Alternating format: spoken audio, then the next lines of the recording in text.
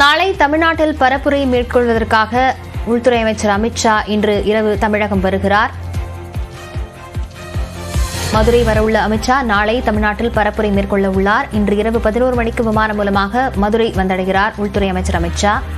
நாளை தமிழ்நாட்டில் பரப்புரையை மேற்கொள்வதற்காக மத்திய அமைச்சர் அமித்ஷா இன்று மதுரை வருகிறார். முன்னதாக அவரது இன்றைய பயணம் ரத்து செய்யப்பட்டிருந்த நிலையில் இன்று இரவு 11 மணிக்கு அவர் மதுரை வருவதாக தெரிவிக்கப்பட்டுள்ளது. இது தொடர்பான விவரங்களுடன் செய்தியாளர் வெற்றி இணைந்திருக்கிறார். வெற்றி, உள்துறை அமைச்சருடைய பயணத்திட்டம் என்னவாக இருக்கிறது? லாவண்யா, தமிழகத்தில் மத்திய உள்துறை அமைச்சர் அமித்ஷா 3-4 தொகுதிகளில் பரப்புரை மேற்கொள்வதாக இன்றைய தினம் திட்டமிடப்பட்டிருந்தது.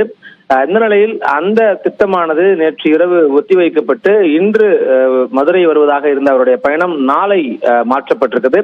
மொத்தமாக நாளை ஒரே நாளில் 5ஆம் தேதி அன்று 3 தொகுதிகளில் சிவகங்கை, தென்காசி, கன்னியாகுமரி ஆகிய 3 தொகுதிகளில் மத்திய உள்துறை அமைச்சர் அமித்ஷா பரப்புரை மேற்கொள்கிறார்.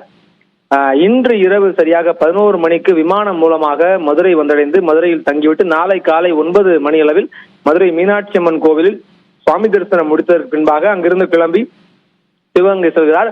சிவகங்கையில் பாஜகவினுடைய தாமரை சின்னத்தில் போட்டியிடக்கூடிய தேவநாதனுக்கு வாக்கு கேட்டு சிவகங்கையில் பிரச்சாரம் செய்கிறார். அதனைத் தொடர்ந்து தென்காசியில் ஜான் பாண்டியனுக்கு வாக்கு கேட்டு பிரச்சாரம் செய்கிறார். அதன் பின்னராக கன்னியாகுமரியில் முன்னாள் இணையமைச்சர் பொன் ராதாகிருஷ்ணனுக்கு வாக்கு கேட்டு பிரச்சாரத்தை அமித்ஷா மேற்கொள்ளவிருக்கிறார்.